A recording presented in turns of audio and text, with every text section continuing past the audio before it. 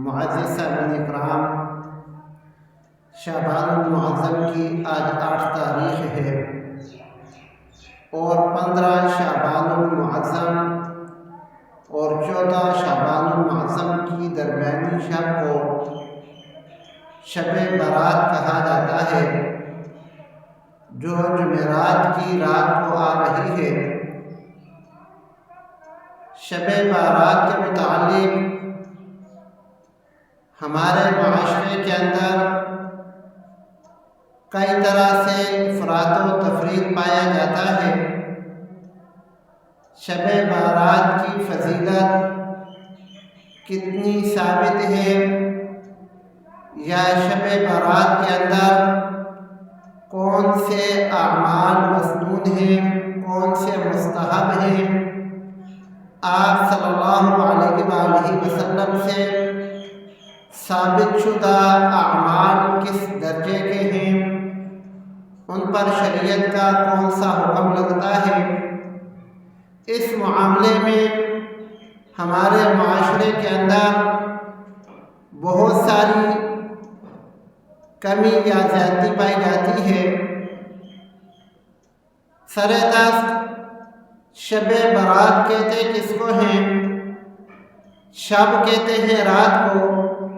اور برات کا معنی ہوتا ہے نجات دلانے والی، تو شب برات کا معنی ہوا نجات دلانے والی، یعنی جہنم کی آگ سے تاجدار مدینہ صلی اللہ علیہ وآلہ وسلم کی امت کی کثیر تعداد کو نجات دلانے والی رات ہے۔ اس رات کے اندر آپ صلی اللہ علیہ وآلہ وسلم سے کچھ اعمال ثابت ہیں، اور بھی اس رات کے اندر آپ صلی اللہ علیہ وآلہ وسلم کی تعلیمات ہیں۔ سب سے زیادہ عمل جو ہمارے معاشرے میں کیا جاتا ہے وہ روزے کا ہے کہ 15 شعبان المعظم کو اکثر لوگ روزہ رکھتے ہیں۔ تو 15 شعبان المعظم کو روزے کا کیا حکم ہے؟ سیدنا علی المرتضیٰ رضی اللہ تعالی عنہ کی حدیث مبارکہ کے اندر یہ روزہ موجود ہے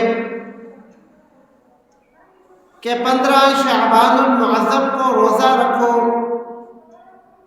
اور آپ صلی اللہ علیہ وآلہ وسلم کے جانثار صحابہ کی تعداد تو بہت زیادہ ہے، صرف سیدنا علی المرتضیٰ رضی اللہ تعالی عنہ ایک صحابی نہیں ہے۔ بہرحال سیدنا علی المرتضیٰ رضی اللہ تعالی عنہ سے ایک روایت روزے کی آتی ہے، تو علماء حضرات نے اس کے اندر تطبیق اس طرح کی ہے کہ 15 شعبان المعظم کا جو روزہ ہے وہ صرف 15 شعبان المعظم کی وجہ سے فضیلت اس کو نہ دی جائے، یا اس کو فضیلت والا نہ سمجھا جائے، بلکہ اس کے علاوہ تاجدار مدینہ صلی اللہ علیہ وآلہ وسلم کے اعمال شعبان المعظم میں جو کثرت سے بڑھ جایا کرتے تھے، ان میں ایک عمل روزے کا ہے۔ تو اس نظریہ سے کہ 15 شعبان المعظم کا دن بھی آپ صلی اللہ علیہ وآلہ وسلم کی شریعت سے ثابت ہے، اور شعبان میں کثرت سے روزے ثابت ہیں،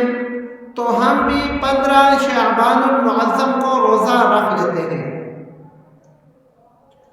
دوسری بات یہ ہے کہ 15 تاریخ چاند کی جو ہے وہ ایام 20 کے اندر آتی ہے۔